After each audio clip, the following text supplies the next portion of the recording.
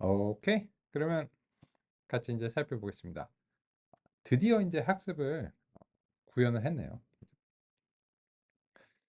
그러면 이제 10번을 학습을 시켰는데 한 8분 정도 이제 그 우리 예상대로 이제 소요가 됐죠. 됐고 손실이 저 같은 경우에는 요 이제 처음에 7 정도에서 이제 시작을 했어요. 난 아닌데? 나는 이제 뭐 4나 5로 이제 시작을 했는데 그럴 수도 있어요. 아닌데 나는 12 뭐 이런데? 요거는 그 무작위로 초기화된 가중치로부터 출발을 하기 때문에 처음에 이제 이 매개 변수의 상태에 따라서 이 범위가 이제 상당히 큰 편이에요. 그래서 이제 혹시 낮은 곳에서 시작하면 이제 금수저인 거고요. 그죠? 그리고 이제 그 높은 곳에서 시작하면 흙수저인데 괜찮습니다. 왜냐면 흙수저는 흙수저면은 경사가 이제 가파릅니다. 빨리 내려와요. 어차피 이제 그 상대적으로 이제 빨리 내려오고 이 금수저들은 조금 여유롭잖아요. 그래서 상대적으로 이제 좀 천천히 이제 내려오는데 금방 만납니다. 만나고 그래서 이제 지금 이제 보시면 학습이 그렇게 많이 수행이 되진 않았는데 한 5번 정도 수행되니까는 손실이 이제 그 상당히 그 처음에 시작에 비해서는 이제 내려온 편인 것 같아요. 그죠? 그래서 이제 한 10번 정도면은 처음에 출발이 좀 달랐어도 아마도 이제 그 손실 4 정도 측면에서 이제 만날 겁니다. 그럼 이제 보시면 이게 여전히 손실이 굉장히 높아요. 굉장히 이제 높은데 어쨌든지 간에 손실이 내려오고 있잖아요. 그러면은 이제 이게 이제 바로 이제 학습이 되고 있는 것이다 라고 하는 점입니다. 그러면 궁금한 게 있죠. 학습을 이제 10번을 시켰는데 손실이 이제 4 정도가 됐어요. 그러면 이 시점에서 우리가 그 성능을 평가하면은 얼마나 나올까요? 성능이? 궁금하면 해보면 알겠죠. 그래서 이제 성능을 이제 평가를 이제 해보겠습니다.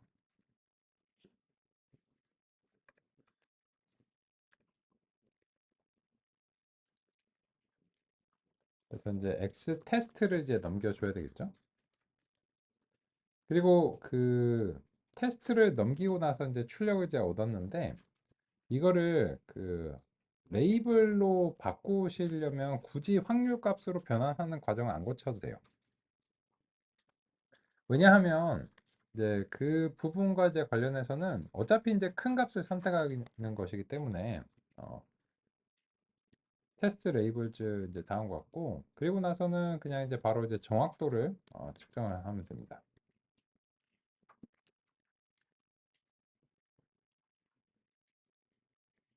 그래서 이제 두 개를 이제 비교해서 정확도를 측정하면은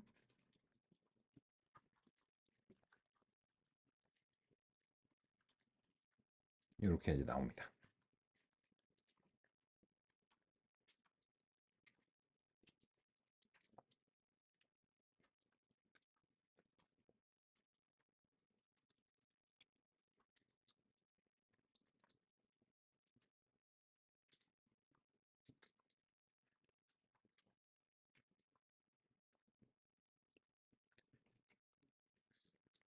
근데 뭔가 이상하다.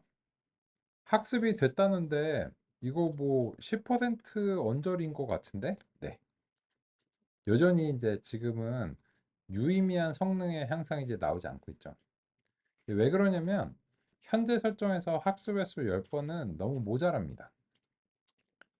이게 모자른가 아닌가 여부는 이제 전체 훈련 데이터랑 이제 배치 크기의 설정에 달려 있는데 지금의 설정으로는 많이 모자랍니다. 그래서 이번 시간에는 이제 미니 배치 이 배치 크기를 설정하는 것이 무엇 때문이고 그로 인해서 학습 횟수에 어떻게 이제 영향을 받는가 이런 점들을 같이 이제 논의를 해보겠습니다.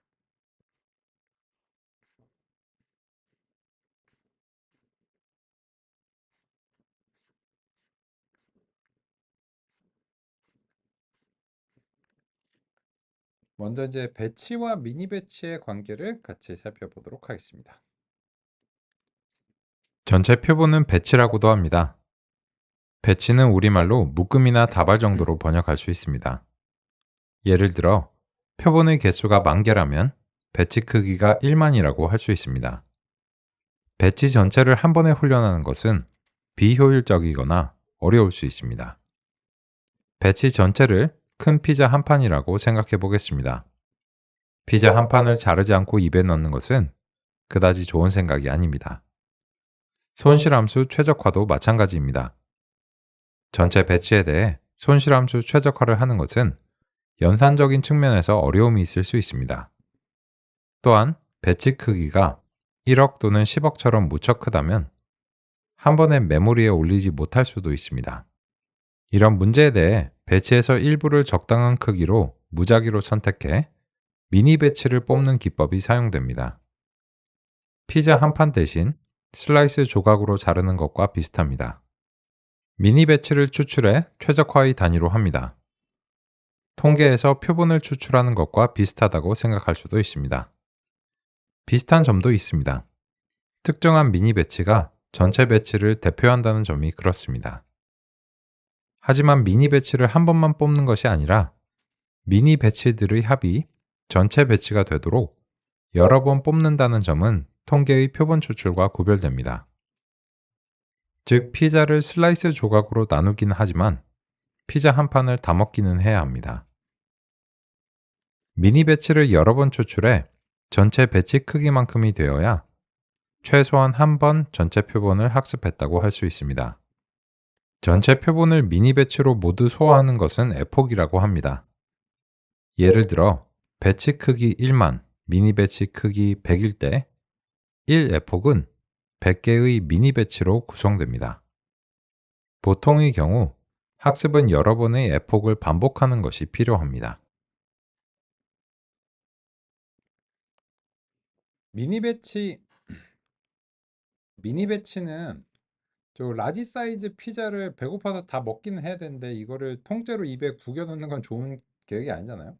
연산도 이제 마찬가지입니다. 그래서 이 연산을 전체를 한 방에 이제 처리하면 좀 어려울 수 있으니까 조각으로 나눠서 처리하겠다는 게 미니 배치의 그냥 발상입니다. 대단히 간단한 얘기죠. 간단한 얘기고.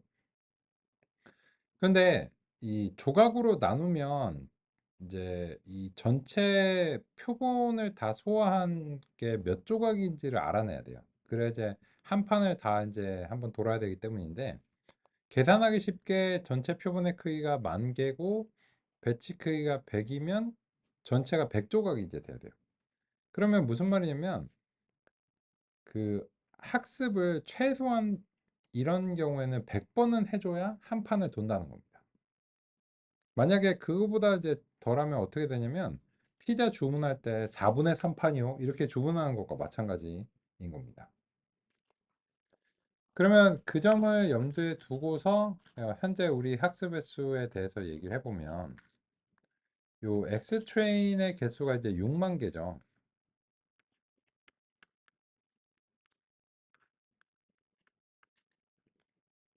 근데 배치 크기를 어떤 이유에서든 100으로 지금 설정한 상태입니다. 이게 적절한가는 우리가 논의가 필요해요. 근데 이제 일단은 어떤 이유에서든 이제 100으로 이제 했고 그러면은 그 결과 한 판에 600조각이 됩니다.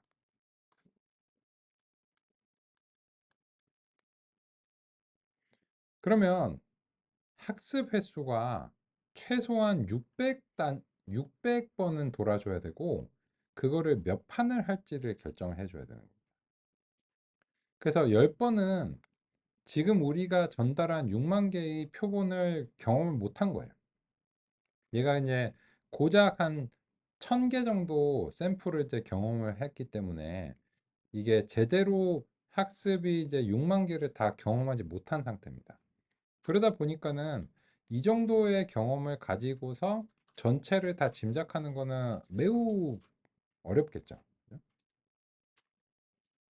근데 문제가 있습니다. 그래서 오케이, 네 말대로 그러면 600번을 하자라고 하면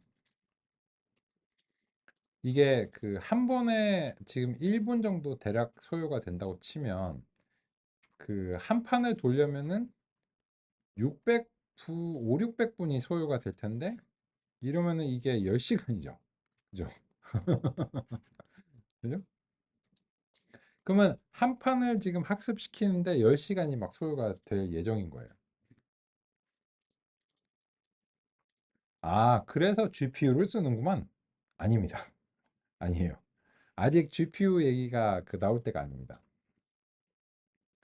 이게 수치 미분 방식으로 지금처럼 이제 구하면 이제 시간이 이제 오래 걸리는데 이게 좀 문제가 이제 됩니다. 근데 어쨌든 결론적으로는 이게 오래 걸려도 예를 들어서 우리가 학습 횟수를 이제 한 판이나 두 판 정도 이제 돌리면 이제 두 판 돌리면 한 20시간 정도 걸리겠죠. 그러면은 오늘 두 판을 돌리면은 내일 정도에 확인이 가능하겠죠. 그죠? 근데 만약에 우리가 그걸 이제 했다라고 치면은 이 손실이 이제 많이 줄어들어 있는 그런 모습을 이제 볼 수 있는 가능성이 있습니다. 근데 문제는 너무 느리다는 거예요. 하지만 어쨌든 이런 방식으로 학습 알고리즘이 동작하는 거는 사실이고 그것의 동작하는 모습을 이제 보셨습니다. 그러면 이제 우리는 학습 알고리즘이 이제 구현이 됐는데 142페이지를 잠깐 보시겠습니다.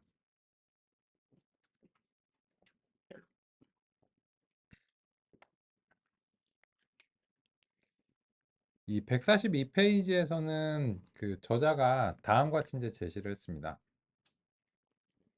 미니 배치를 100으로 설정하고 6만 개 훈련 데이터에 대해서 100개의 데이터를 무작위로 이제 추려내는 이제 방식을 이제 사용했다. 이렇게 이제 하고 있고, 근데 그 학습 횟수 또는 반복 횟수가 결국 이제 경사하강의 횟수가 되는 거예요. 경사하강을 이제 10,000번 설정했는데, 요 설정이 별로 좋지 않은 설정이에요. 왜 그럴까요? 왜냐하면 지금 이제 우리 논의에 따르면 6만 개에다가 배치 크기를 100으로 설정을 했으면 한 판이 600조각이고 한 판을 에폭이라고 이제 종종 이제 부릅니다. 이거 뭐 말이니까요. 근데 그러면 이게 600의 배수 단위로 학습을 해야 된다는 얘기예요. 만약에 이렇게 설정을 했으면. 그러면 이제 10,000번이 아니고 12,000번 이런 식으로 이제 해야지 되는 건데 여기서는 이제 요렇게 이제 설정하는 거는 4분의 3 판에서 이제 끊기는 요런 느낌이죠. 그래서 이제 이런 논의가 조금 부족하다라고 이제 생각합니다. 그래서 이제 그런 점들이 덜 섬세하게 이제 제시가 됐다라고 하는 거고. 근데 그러면 만여 변을 하려면 20의 폭을 돌아야 되잖아요. 그죠? 그러면 20의 폭을 돈다면은 한 200시간쯤 걸리겠네요. 그죠? 문제가 되겠죠. 그죠? 그걸 이제 기다릴 수는 없고. 그럼 뭐 해법이 있느냐? 예, 있습니다. 147페이지에 5차 역전파법이 그 해법입니다. 그러면 이제 첫 번째 문단만 이제 공감해 보겠습니다. 일단 교재를 보실 때 긴장하실 부분은 이제 더 이상은 없습니다. 딱 제가 이제 두 가지의 어떤 기술적인 문제가 있다고 말씀드렸잖아요. 퍼셉트론 학습이 안 된다는 거랑 어제 5차 제곱합이 이제 뭐 제일 많이 사용된다 뭐 이런 거 요 딱 두 부분이고 나머지 부분 괜찮습니다. 그래서 이제 보시면 이제 수치 미분을 통해서 됩니다. 되는데 단순하고 구현하기 쉬운데 계산 시간이 오래 걸린다. 지금 이제 체험하셨죠. 그래서 그 보통 제가 이제 진행하면서 어떤 경우가 있냐면 제가 어제 이제 이렇게 이제 하려고 했어요. 수치 미분까지 딱 구현하고 집에 가시기 전에 요거를 이렇게 돌려놓고 가신 다음에 오전에 와서 이제 얼마나 돼 있는가 한번 이제 보려고 했는데 한 번 정도 이제 돌아가니까 그래서 이제 그렇게 이제 했는데 뭐 이제 어제 이제 마무리 이제 못 해가지고 그렇습니다. 근데 어쨌든 기다리는 게 가치는 없어요. 가치는 없고 왜냐면 이제 이게 하여튼 엄청 오래 걸렸구만 뭐 이 정도입니다. 근데 이렇게 하면은 뭐 신경망을 이제 사용하는 게 사실상 이제 불가능합니다.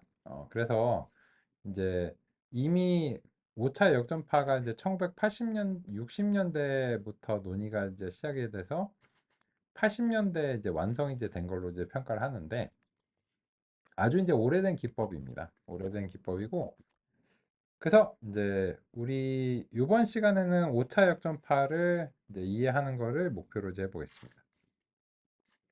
5차 역전파의 이론적인 이해 자체는 30분이면 됩니다. 구현을 이제 하시는 데는 이제 그냥 노력이 이제 들잖아요. 그래서 이제 구현하는데 한 1시간 정도 이제 드는데 그래서 그 5차 역전파는 이제 이번 시간 이내에 충분히 이해하고 점심 먹으러 갈 수 있습니다. 그래서 같이 한번 이제 살펴보겠습니다.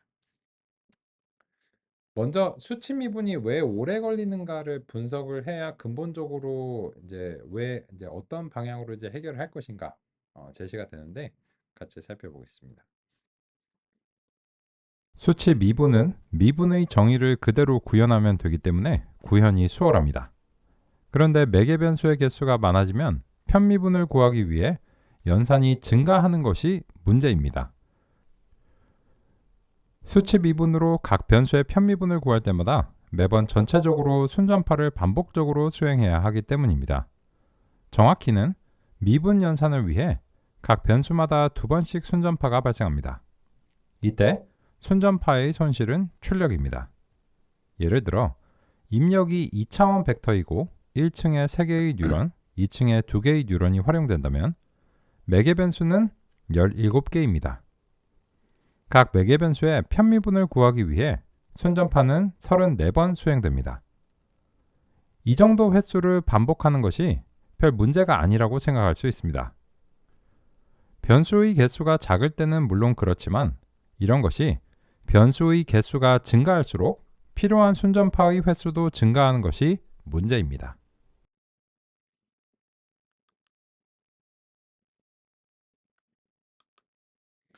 요 점을 이제 같이 한번 얘기를 해보면 우리가 이제 수치 미분으로 이제 구하려면 요 W11 플러스 H 이런 걸 이제 해주고 나머지는 고정시킨 상태로 손실을 이제 구해야 되는데 그러다 보니까는 이 수치 미분을 한 번 할 때마다 매번 전체적으로 함수의 호출이 2번씩이 이제 있는 거예요. 그러다 보니까는 매개 변수의 개수에 따라서 2번씩 호출이 있으니까 매개 변수의 총 개수가 지금 같은 경우에 이제 17개다라고 치면은 그거 이제 2번만큼 34번의 그 순전파가 이제 있어줘야지 전체적으로 편미분이 구해진다는 겁니다. 하면 되지? 하면 되는데 이게 이제 문제입니다. 다음의 3층 신경망의 매개 변수는 총 45,360개입니다. 학습 시점의 경사 산출을 위해 필요한 순전파 횟수는 그것의 2배수가 필요합니다.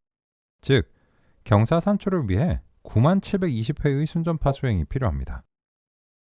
전체 표본수가 6만일 때 학습 시점에서 미니 배치 크기를 100으로 설정한다면 에폭당 600번의 미니 배치 반복이 필요합니다. 그렇다면 1에폭에 필요한 순전파 횟수는 5443만 2000번입니다. 즉 1에폭에 5천만 번 이상의 순전파 연산을 수행해야 한다는 뜻입니다. 이런 문제는 매개 변수의 개수가 많아질수록 그에 따라 비례하여 증가합니다. 현재는 지극히 간단한 3층 신경망임을 고려한다면 딥러닝을 수치 미분으로 학습시키는 것은 사실상 불가능에 가깝다는 것이 예상됩니다. 딥러닝에서는 매개 변수의 개수가 수백억, 수천억, 수십억, 수조 개일 수도 있기 때문입니다.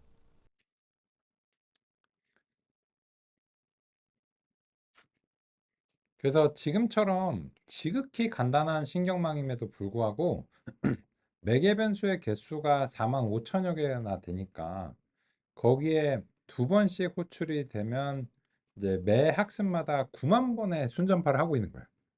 그게 지금 1분 정도 이제 소요가 되고 있는 거죠. 그죠?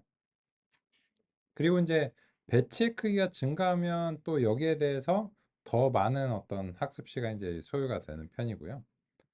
그리고 이제 그 한 번 에폭을 이제 돌려면 5천만 번 뭐 이런 식으로 이제 그 해야 됩니다. 근데 이게 그 당연히 엄청난 문제입니다. 1980년대와 비교하면 컴퓨터 연산 성능은 10,000배 가까이 차이 납니다. 지금의 준수한 CPU에서 5분 정도 소요되는 연산이라면 1980년대의 컴퓨터에서는 1년 정도 소요된다는 의미입니다. 미니 배치 하나를 훈련하는데 현재 컴퓨터로 5분이 소요된다면 1에폭이 100개의 미니 배치로 구성된 경우일 때 500분이 소요됩니다. 같은 연산을 1980년대 컴퓨터로 수행하면 1에폭 훈련에 500년이 필요합니다. 신경망이 퍼셉트론과 달리 비선형성을 극복할 수 있다고 해도 500년을 기다리는 것은 어려울 것 같습니다. 게다가 훈련 결과가 마음에 들지 않으면 신경망 구성을 다르게 바꿔서 다시 훈련하고 결과를 살펴봐야 합니다.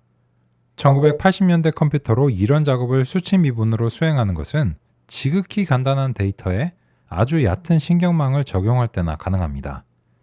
수치 미분적 방법은 이해가 쉽고 구현이 간단하지만 신경망 구성이 약간만 복잡해져도 연산의 요구량이 기하급수적으로 증가해 실제로 사용이 어렵습니다.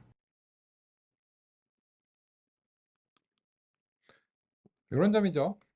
그래서 이제 만약에 지금의 컴퓨터로 5분 정도 이제 소요가 된다 하는데, 야, 지금의 컴퓨터가 어째서 2005년이냐라고 이제 하실 수 있는데, 여기에 지금 우리가 이제 사용하고 있는 이제 컴퓨터는 멀티코어잖아요.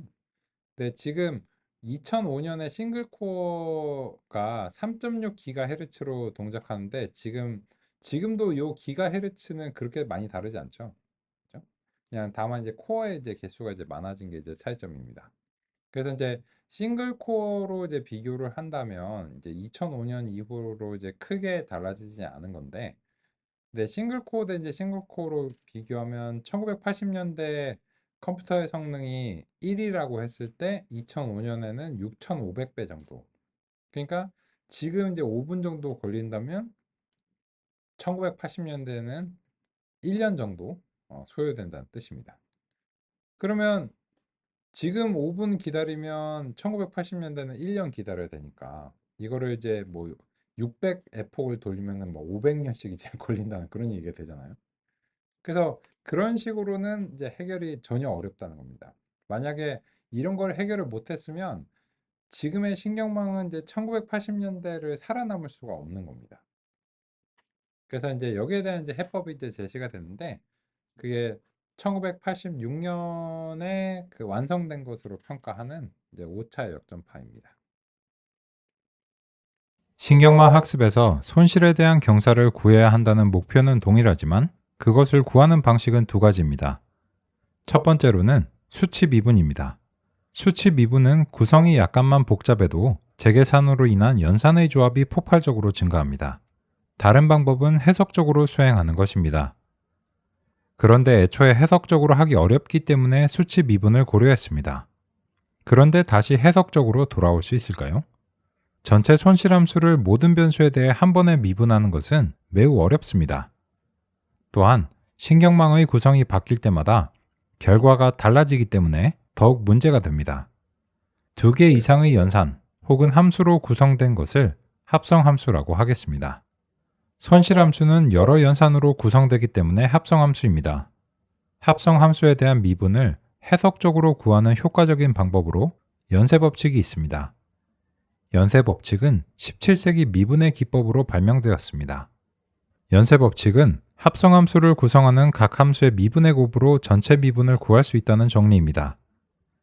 합성함수를 해석적으로 한 번에 미분하는 것은 어려울 수 있지만 합성함수를 구성하는 여러 연산을 국소적으로 분해한 다음 각 국소적인 연산에 대해 미분을 구하는 것은 상대적으로 훨씬 쉬운 작업입니다. 국소적 미분의 결과를 모두 곱하면 합성함수의 미분이 됩니다. 연쇄법칙을 손실에 대한 학습 매개변수의 경사를 구하는 데 활용하는 것을 5차 역전파라고 합니다.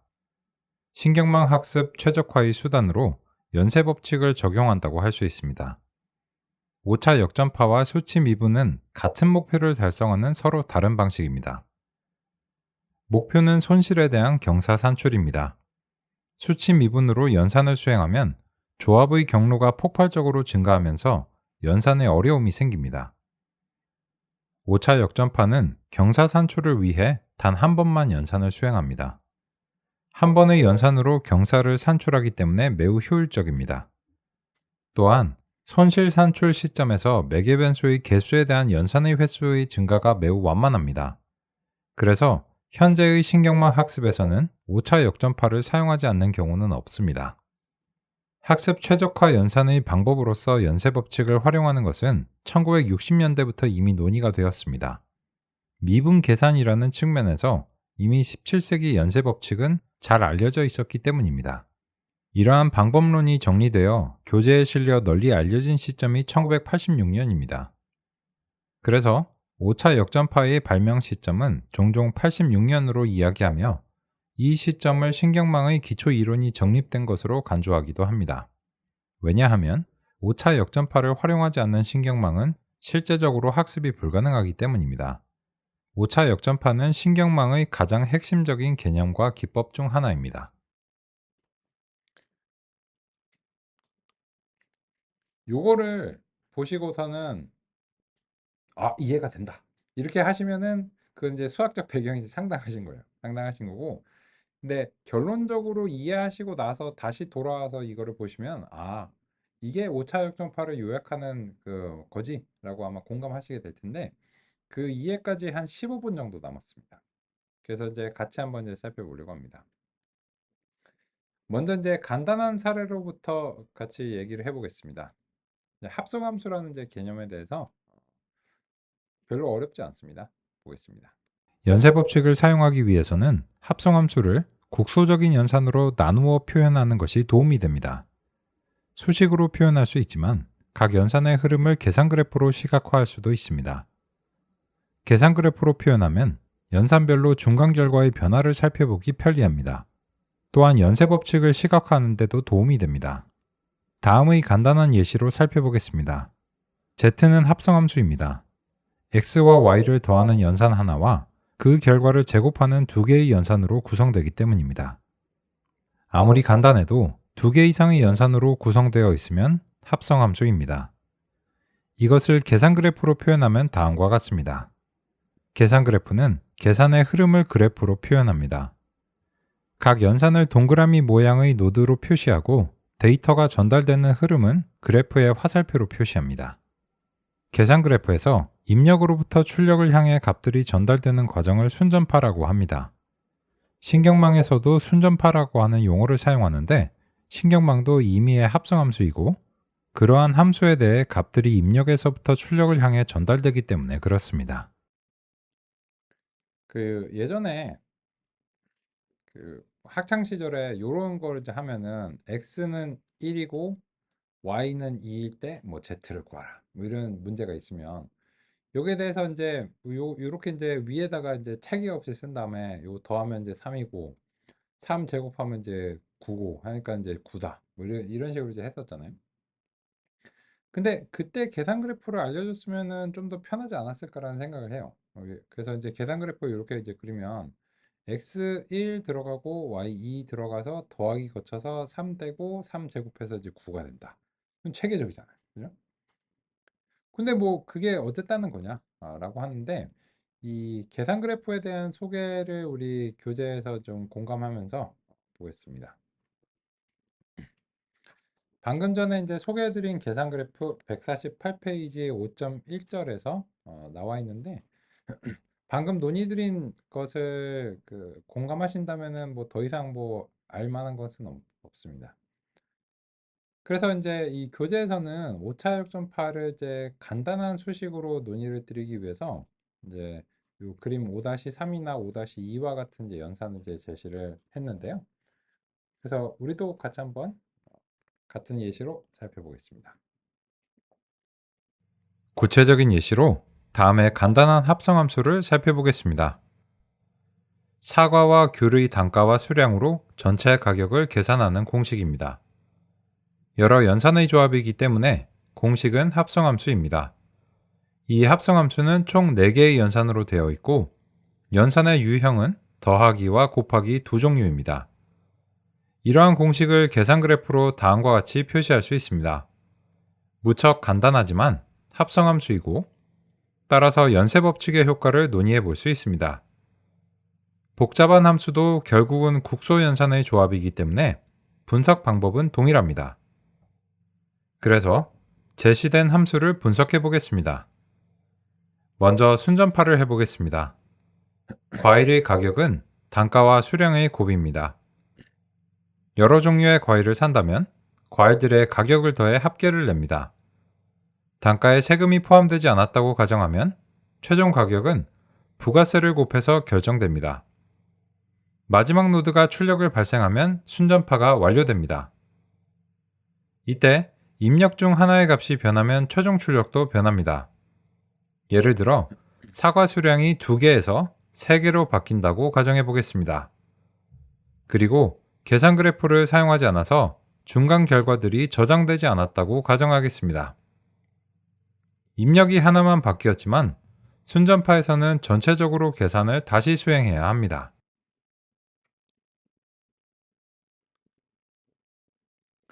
요거는 이제 그 교재 149페이지 그림 5-3번을 재현한 것입니다. 그럼 뭐 이게 초등학교 산수 문제를 뭐 설명할 필요가 있느냐라고 이제 생각하실 거고, 사실 뭐 이 자체 연산은 설명할 필요가 없죠. 근데 이제 다만 이제 150페이지와 이제 151페이지를 통해서 일단은 그 계산 그래프의 이제 중요한 이제 특질을 이제 논의를 하려고 합니다. 그럼 151페이지에서 이제 보시면 왜 계산 그래프를 굳이 이제 사용하느냐라고 하면 그 가장 핵심의 논의는 이겁니다. 중간 결과를 보관할 수 있다. 라고 하는 것인데, 이게 그 역전파를 계산할 때 중간 결과를 저장하는 게 이제 굉장히 중요한 이제 기능이라서 그 점입니다. 그러면 이제 넘겨보겠습니다. 152페이지 5.2절에서부터 이제 미분의 연쇄 법칙이라고 하는 것을 통해서 역전파를 이제 수행한다. 라고 하는 점을 같이 살펴보도록 하겠습니다. 그러면 이제 문제는 이겁니다. 예를 들어서 사과를 2개 말고 3개를 사다 주세요 하면은 최종적인 가격이 얼마나 변하는지를 빨리 알고 싶은 거예요. 근데 이 순전파의 방식으로 수행하면 3개? 그러면은 가만히 있어봐. 귤이 아까 얼마였더라? 다시 계산을 해야 돼요. 얘네는 바뀐 게 없는데 중간 결과를 이제 보관하지 않았기 때문에 이제 일단 다시 계산을 좀 해줘야 되고, 물론 중간 결과를 저장하는 것만이 역전파의 이제 핵심은 아니고요. 그리고 이 사과 단가가 이제 바뀌지 않았음에도 불구하고 그냥 계산을 이제 매번 다시 다 해줘야 됩니다. 그러면 이제 역전파라고 하는 것의 개념을 살펴보도록 하겠습니다. 계산 그래프는 국소적 연산으로 전체 합성함수를 표현하는 것이 특징입니다. 각 국소적 계산은 그래프의 노드로 표현됩니다. 어떤 합성함수를 구성하는 국소적 연산을 F라고 하겠습니다. 이 연산의 입력은 X, 출력은 Y라고 하겠습니다. 이때 해당 연산의 입력은 최종 합성함수의 출력 Z와 간접적인 관계가 있습니다. 최종 출력의 입장에서 보면 Y는 중간 출력입니다. 이때 국소적 연산 F의 입력 X의 변화에 대해 최종 출력 Z의 변화량을 알고 싶습니다. 기호로는 dgdx라고 표현할 수 있습니다. X와 Z는 간접적으로 연결되어 있는데 연쇄 법칙에 따르면 국소 연산의 입력과 출력의 변화량의 관계 dy dx를 구하면 전체 합성함수의 미분을 구할 수 있습니다. 왜냐하면 이전 연산으로부터 미분이 전달되는 것을 연쇄 법칙이 보장하기 때문입니다. 최종적으로 국소 연산의 입력과 전체 합성함수의 출력의 관계는 이전 연산으로부터 미분값을 전달받아 결정됩니다. 그래서 입력에서 출력이 발생해 나가는 순전파와 반대의 방향으로 미분이 전달됩니다. 그래서 역전파라고 합니다. 그러면 역전파를 논의하기 위해서는 무엇을 이해하는 것이 핵심이냐면 이 목표를 어떻게 서술할 것인가를 이해하는 것이 핵심입니다.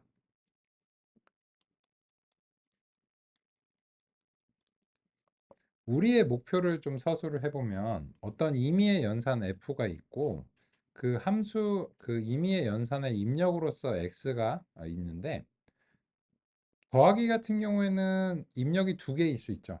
그래서 이제 꼭 하나라는 법은 없는데 그림을 이제 간결하게 표현하기 위해서 이제 어떤 하나의 입력을 처리하는 경우를 가정했습니다. 그러면 어떤 입력이 이제 들어오고 거기에 대해서 연산을 거쳐서 출력이 발생하겠죠. 근데 그 출력이 또 모종의 연산들을 거쳐서 최종 출력으로 이제 귀결됩니다. 근데 그 최종 출력을 이제 Z라고 표기를 해볼게요. 임의적으로. 근데 우리가 알고 싶은 건 이런 거예요. X를 살짝 변화시켰을 때 최종적으로 Z가 어떻게 변하는지를 알고 싶다는 거예요. 그 이런 거죠. 요새 그 코로나가 다시 재유행한다고 하잖아요. 그러면 예를 들어서 그 마스크를 뭐 쓰거나 안 쓰거나에 따라서 최종적으로 그 대한민국의 코로나 감염률이 어떻게 바뀔까요? 그게 좀 어렵죠. 여러 가지 이제 요인들이 있을 거예요. 그리고 또 이제 그 우리 미세먼지에 좀 민감하잖아요, 우리나라. 당연히 이제 건강에 직접적인 영향을 주기 때문에. 제가 항상 궁금한 게 이런 거예요. 그 노후 경유차를 그 서울에 이제 진입을 이제 못하게 하면 그로 인해서 미세먼지 전체가 어떻게 바뀔까요? 그런 것들은 사실 되게 알기 어려운 문제잖아요. 그래서 뭐 중국에서 뭐 오는 것도 있을 거고, 그리고 또 이제 노후 우리가 할 수 있는 일을 이제 최대한 이제 하는데, 그로 인해서 여러 가지 다양한 어떤 요인들을 영향을 받아서 미세먼지의 그 농도가 영향을 받을 텐데, 이게 궁극적으로 알기 대단히 어려운 거죠. 그래서 그 지금 이제 서울시장이 이제 자기가 이제 뭘 해서 미세먼지가 이제 줄었다 뭐 이렇게 주장하기도 이제 하잖아요. 입증하기가 쉽지 않죠. 입증하기 쉽지 않아요. 그러니까 뭐 그럴 수도 있고 아닐 수도 있는 거거든요. 그럴 수도 있고 아닐 수도 있는데, 근데 우리가 해결하고자 하는 문제도 그와 비슷합니다. 어떤 매개 변수를 조정했는데 그게 막 이렇게 여러 계층들을 거쳐가지고 전체적으로 손실을 그래서 줄인 거냐라고 하는 걸 알고 싶다는 거예요. 그래서 이제 간접적으로 연결되기 때문에 서로 간의 이제 관계를 알기가 어려운데, 그래서 그게 얼마나 알기가 어려운가를 차치하고서 우리의 목표는 이제 최종 출력의 변화량이 어떤 모종의 입력의 변화에 대해서 얼마나 영향을 받느냐. 이게 이제 미분의 이제 정의인 거죠. 근데 우리가 알고 싶은 건 이건데 우리가 할 수 있는 거는 종종 직접 연결된 것들만 할 수 있습니다. 그래서 dy dx는 이거는 그 쉬워서 직접 할 수 있는데 dz dx는 복잡한 시스템에서는 좀 어렵다는 거예요. 근데 연쇄 법칙에서는 야 괜찮아 괜찮아. dz dy를 우리가 줄게. 이게 뭐 그 하여튼 보장을 할게. 그러면 요렇게 지우면은 dz dx가 남는다라고 하는 겁니다. 근데 모르겠는데 공감이 안 되는데 당연히 안 되시겠죠. 그죠? 이건 이제 기호일 뿐이고요. 그래서 우리는 이제 역전파의 연쇄 법칙이라고 하는 것을 이제 구체적인 이제 사례를 통해서 이제 보겠습니다. 그래서 방금 전에 이제 초등학교 산수 문제에 대해서 그 역전파를 이제 살펴보려고 하는데 여기 보시면 더하기랑 곱하기의 연산이 딱 두 가지 종류예요. 그러면 이제 더하기랑 곱하기에 대한 미분을 우리가 준비를 하면 역전파를 해볼 수 있습니다. 그래서 교재 156페이지에서 먼저 덧셈노드의 역전파에 대해서 논의하고 있고 우리도 이제 그 부분을 살펴보겠습니다. 모르겠고 어쨌든 그냥 우리는 할 수 있는 국소적인 연산에 대해서만 집중하자는 겁니다. 더하기는 아주 흔하고 공통적인 연산입니다. 더하기 연산은 두 개의 입력 xy를 받아 단일 출력 z를 발생합니다. 더하기 연산에 대한 역전파는 최종 출력에 대한 입력 두 개의 미분입니다. 더하기 연산의 중간 출력 z는 최종 출력일 수도 있고 합성 함수의 중간 출력일 수 있습니다. 최종 출력을 L이라고 표기했을 때 더하기의 출력값이 임의의 연산을 거쳐 최종 출력으로 전달된다고 가정하겠습니다. 최종 출력과 더하기 연산 입력들의 미분을 구하기 위해서는 연쇄 법칙을 사용할 수 있습니다. 연쇄 법칙을 사용하기 위해서는 상류로부터 미분이 전달된다는 것을 가정합니다. 상류로부터 미분이 전달되는 것은 연쇄 법칙이 보장합니다. 더하기 연산은 변수가 두 개이기 때문에 각각 편미분이 수행되어야 합니다. 편미분을 수행한 결과는 다음과 같습니다. 출력으로부터 전달되어 내려온 역전파에 각 변수별로 연쇄 법칙을 적용합니다. 그 결과 더하기 연산은 상류의 역전파를 그대로 전달하게 됩니다.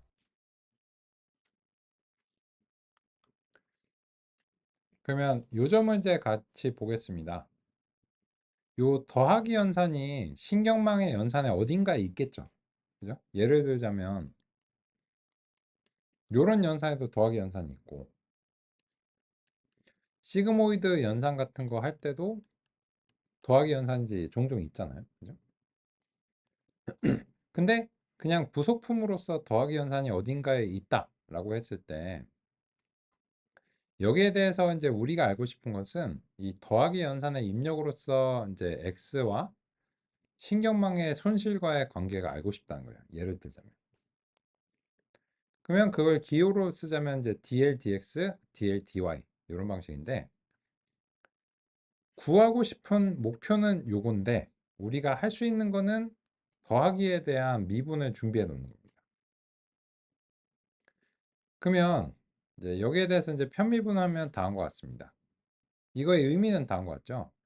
x가 1 변할 때마다 z도 1씩 변한다. y가 1 변할 때마다 z도 1씩 변한다. 이런 의미잖아요.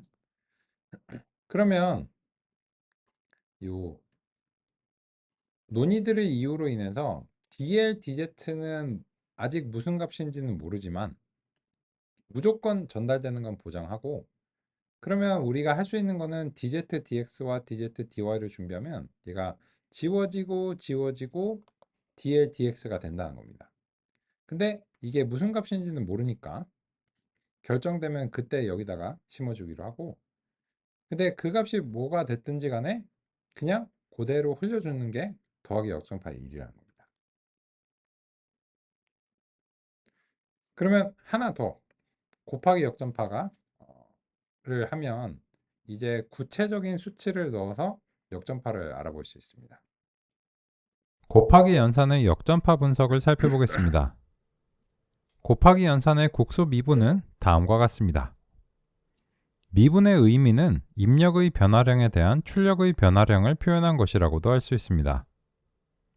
그런 관점에서 보면 x가 1씩 변할 때마다 z는 y만큼 변하고 마찬가지로 y가 1씩 변할 때마다 z는 x만큼 곱해지기 때문에 다음과 같은 편미분의 결과를 납득할 수 있습니다. 이것을 상류로부터 전달받은 미분에 곱하면 최종적으로 입력에 대한 역전파 미분을 구할 수 있습니다. 결과적으로 상류에서 전달받은 미분의 순전파 시점의 입력값을 서로 바꿔서 곱해주면 됩니다. 그러면 곱하기 역전파가 다음과 같이 이제 결정이 됐습니다. 그래서 이제 이게 얼마가 될지 모르지만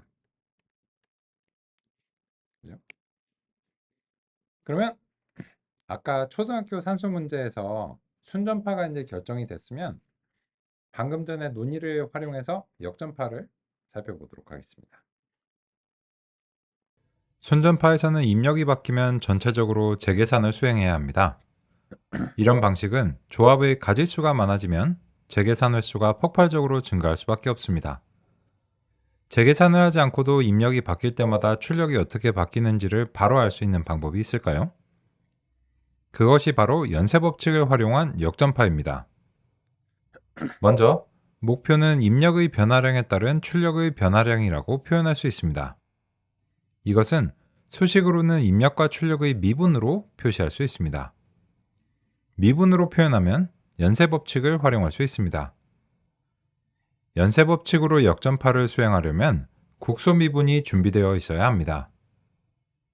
지금의 합성함수는 총 4개의 연산으로 구성되어 있고 유형은 더하기와 곱하기 두 가지입니다. 이 두 가지 연산에 대해 국소 미분이 준비되면 연쇄 법칙을 적용해 역전파를 수행할 수 있습니다. 역전파는 순전파와 반대 방향으로 진행합니다. 그래서 출력에서부터 입력을 향해 내려갑니다. 출력에서는 자기 자신의 변화량이기 때문에 무조건 1로 시작합니다. 곱하기의 경우 역전파 분석 결과 순전파 시점의 입력을 상류에서 전달받은 미분값에 바꿔서 곱해야 한다는 점을 반영합니다. 곱하기의 입력이 2개이기 때문에 역전파도 2개 발생합니다. 그중 하나는 부가세 쪽인데 부가세는 보통 변수가 아니기 때문에 역전파 값에 관심이 없습니다. 더하기 연산으로 전달되는 역전파는 더하기 역전파 분석에 따르면 순전파 시점의 입력값과 관계없이 전달받은 값을 그대로 흘려보내기만 하면 됩니다. 그럼 이제 입력에 직접 연결된 곱하기 2개 각각에 모두 1.1의 역전파가 전달됩니다.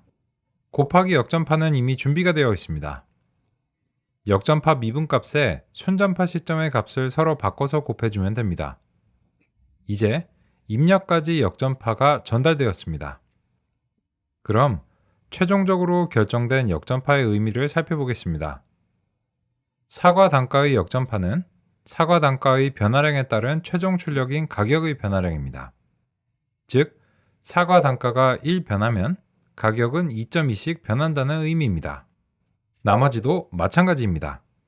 사과 수량의 역전파는 110입니다. 사과 수량이 1개 변하면 가격은 110씩 변하게 됩니다. 사과 수량이 2개에서 3개로 바뀌면 가격은 715원에서 110을 더한 825원이 됩니다. 이 결과는 순전파로 재계산을 한 결과와 일치합니다. 그런데 다른 점은 더 이상 재계산을 하지 않아도 된다는 것입니다. 왜냐하면 입력과 최종 출력의 변화량의 관계가 역전파로 이미 결정되었기 때문입니다. 그래서 이제는 재계산을 하지 않고도 입력이 변할 때마다 즉시 출력이 어떻게 바뀌는지를 알 수 있습니다. 이것이 바로 역전파의 가치입니다. 요 점은 이제 160페이지 그림 5-15번으로 리뷰해보면 될 것 같습니다.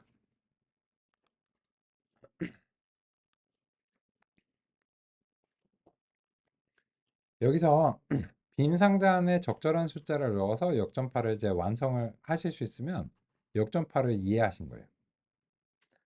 그러면 처음에는 가격이 1 변할 때 가격은 얼마나 변할까요? 자기 자신과의 변화량이기 때문에 무조건 1이고 그래서 여기는 1로 시작합니다. 그리고 곱하기를 만났는데 곱하기는 상류에서 전달받은 미분 값에다가 원래 순전파 시점의 입력 값을 서로 바꿔서 곱해주면 돼요. 그러니까 여기는 얼마가 곱해질까요? 1.1이 곱해지는 겁니다. 여기는요. 650이 곱해지겠죠. 그러면 더하기를 만났는데 더하기는 아까 분석을 해보니까 상류에서 전달받은 미분을 그냥 그대로 흘려준대요. 그래서 그냥 1.1입니다. 나머지는 반복입니다. 그러면 곱하기는요? 1.1 곱하기 여기는 얼마가 될까요? 100. 1.1 곱하기 2. 1.1 곱하기 3. 1.1 곱하기 150. 그래서 사과 같은 경우에는 110. 사과의 단가는 2.2. 귤의 개수? 귤의 가격이군요. 귤의 단가는 3.3. 귤의 개수는 165. 근데 이게 무슨 말일까요? 예를 들어서 집에서 전화가 왔어요. 사과 2개 대신에 3개 좀 사다 주세요. 하면은 이제는 이거를 2 대신에 3을 집어넣고 다시 재계산을 한 대신에 사과의 개수가 1개 변할 때마다 가격은 110씩 변하는구나. 그죠? 그리고 얼마 전까지 사과가 되게 비쌌었잖아요.